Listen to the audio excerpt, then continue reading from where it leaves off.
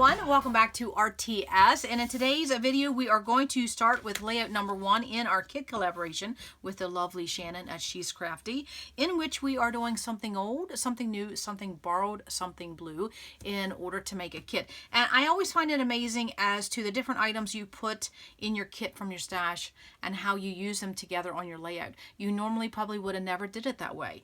Now before we start with layout number 1, I wanted to show you a couple ideas for kit organization because, you know, I'm all over kits. I love them, but you have to find a way to organize them, and I do it different all the time. So for this challenge, I have my kit in a bucket bin, and I wanted to show this because in the spring and summer you will find these for outdoor entertaining and beverages and things like this, but they're just a metal bucket bin, and they are wide enough that you can get your 12 by 12 paper in there, and then they are also not too deep that you can put some supplies in and they won't get lost, and then also big enough that you can put tools in. So just a little bit of fun.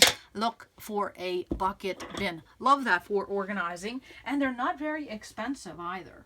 So then another thing you can look for at Target in the bathroom section of all things is that they have these lids. Now, we use them as trays, but they're really lids for containers, and they are just the perfect little size. I think they're about 6 by 8, and they were $1. They may be $2 by now, and they're great for putting your die cut packs and then rooting through them as you're playing with your kit. And the best thing is they stack on top of one another, and it's a space saver. So just a couple little things to look for when you're organizing kits. Now, for today, we are going to be putting 3 layouts on a photo, or 3, yeah, how about 3 photos on a layout? And it's interesting because I'm going to be using papers from basically today, which is Felicity Jane and Asuka. And then I'm going to be using photos that were pre-digital, so that was 1996. And they're going to record the story of a home that was in the 1800s. So that is definitely recording the story through the years. So what I'm going to do for my base is this Fancy Pants hopscotch, and this would be considered old because it's 2012, but in my space I don't really consider anything old. It's whether I love it or I don't. I don't really consider the year. So this is going to be my background matte, and then on top of that I'm going to put some Asuka.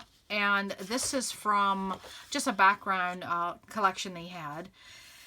And then I cut this down. This is going to be 11 by 11. And then I did distress 3 of the sides with this distressor. So I gave it just a little bit of distressing. And then I'm also going to bend the corner. Now I have some washi up here, and we'll talk about this in a minute. So along with distressing, you can also distress other things. So I bent the corner back, and then I also folded it a couple times and roughed it up so that when this corner is folded, and I'll just glue that down, or you could staple it, it has some distressing in that little corner that's flipped. So just a little bit of extra detail. And I'm going to take this 11 by 11, and I am going to use this as a block on my layout because my photos are going to be in a grid, and I'm going to offset this. So not everything has to be centered. So I'm going to offset it here to the right. And then I'm going to use some Felicity Jane paper because that was again in my kit. And this piece of paper here is 8 by 9.5.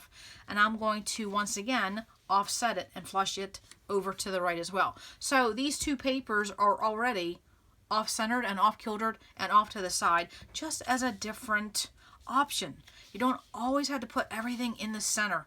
Nothing wrong with that, but just shift everything. Shift everything. So what we're going to do is we're going to take my 3 photos. Now these were pre-digital, and this was in 1996. So excited to finally get these done. 1996. And I'm going to arrange them in such a way where this looks here. Now this, these photos, and I wrote it down, because these are 3.5 by 5. Yeah, they were easier to play with. But you have to remember, back in the day when our photos were this size of 3.5 by 5, we were using 8.5 by 11 layouts. 12 by 12 really didn't come about until we started doing 4 by 6 photos.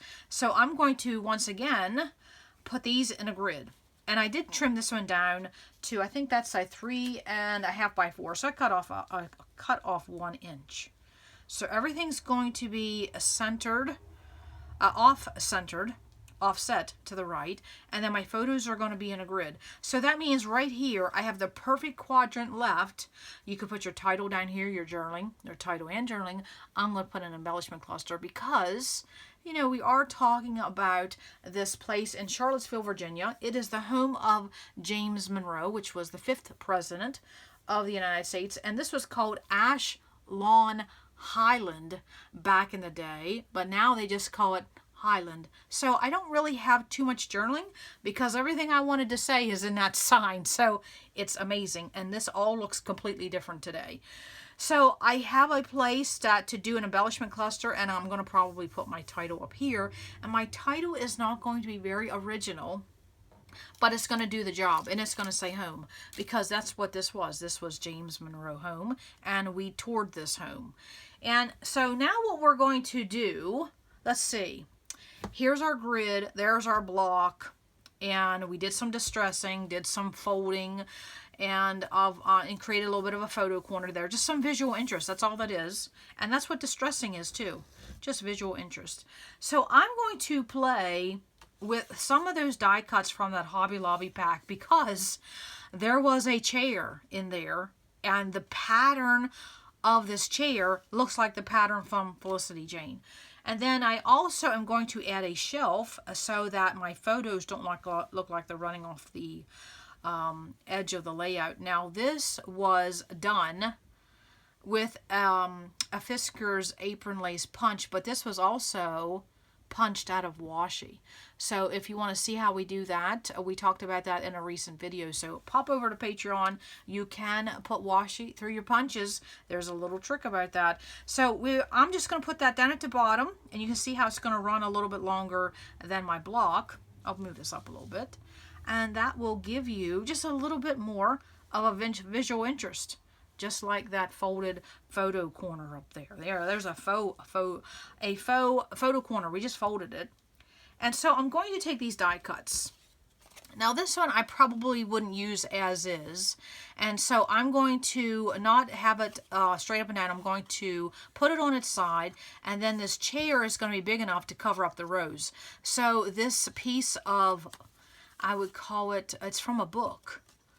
It's going to serve as a cluster base for this whole thing I'm going to have going on down here. And of course I keep moving all of this.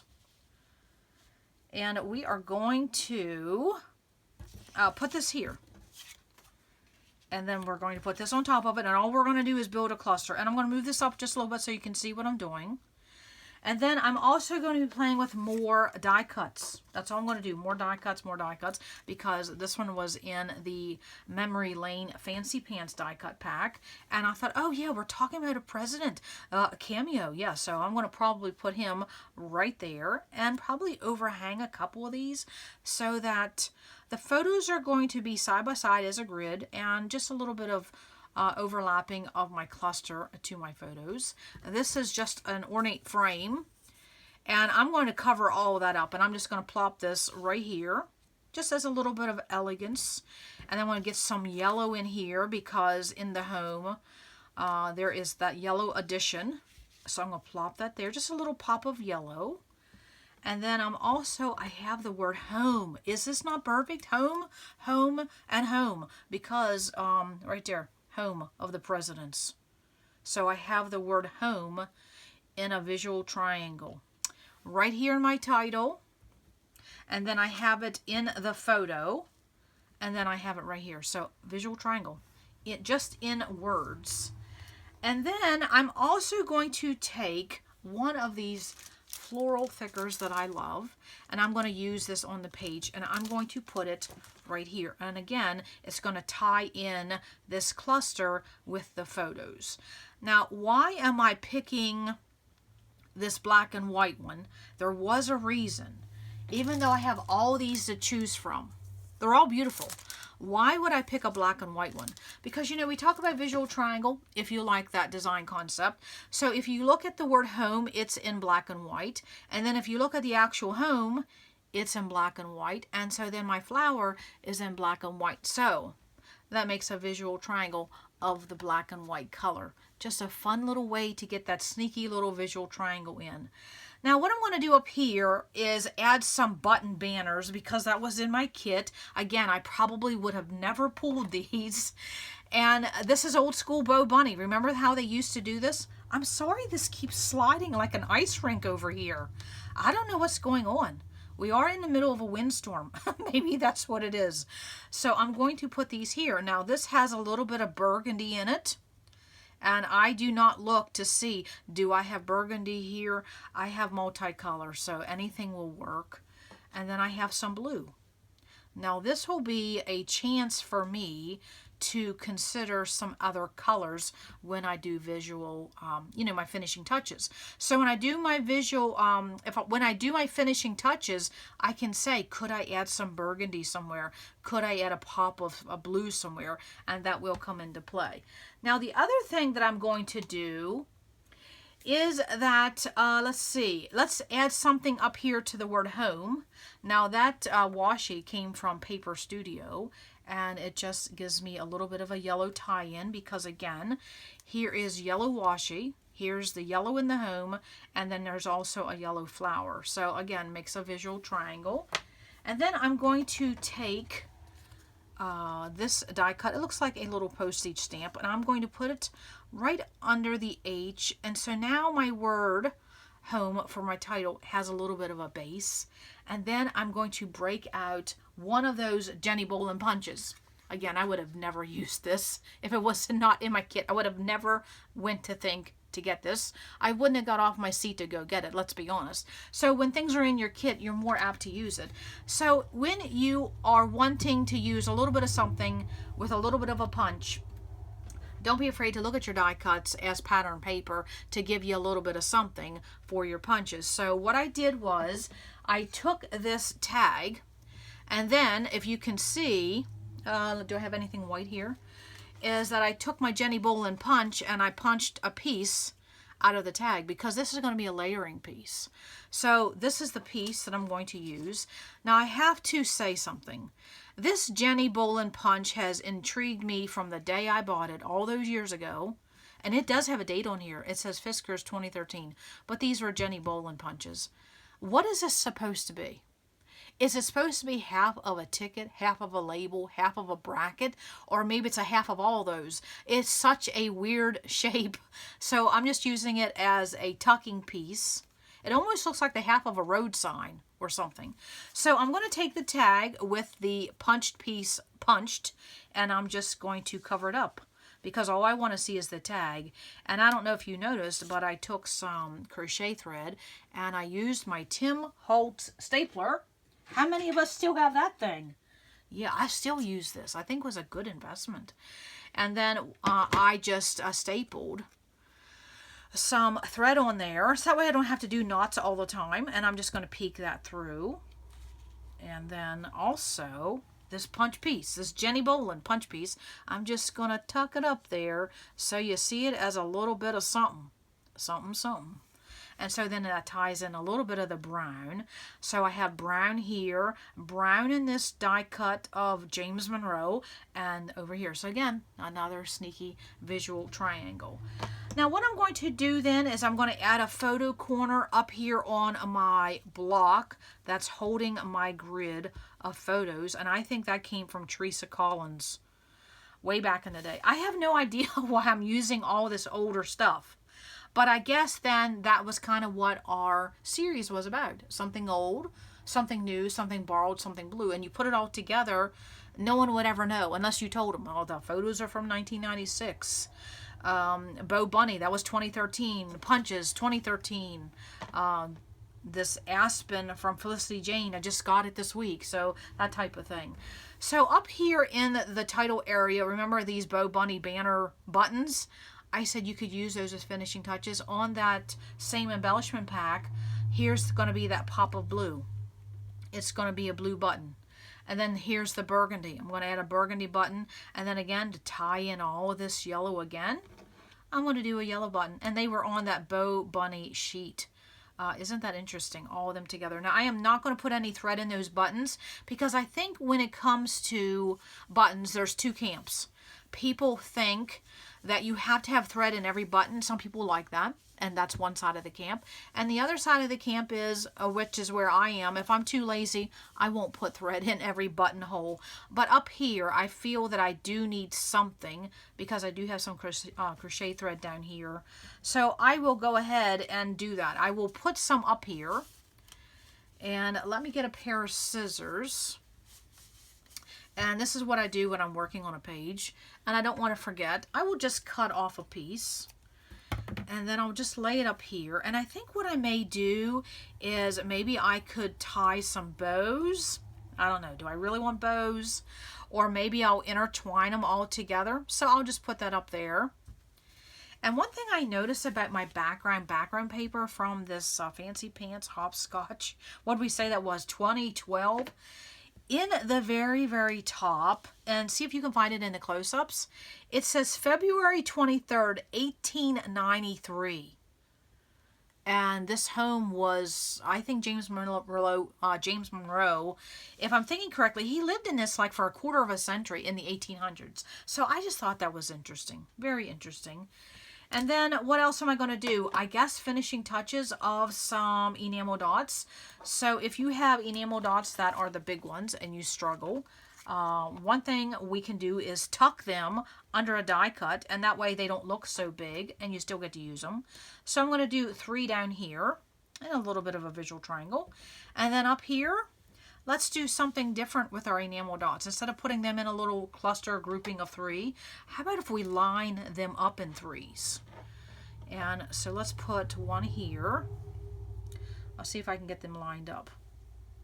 So put one there, and we'll put one on top of it,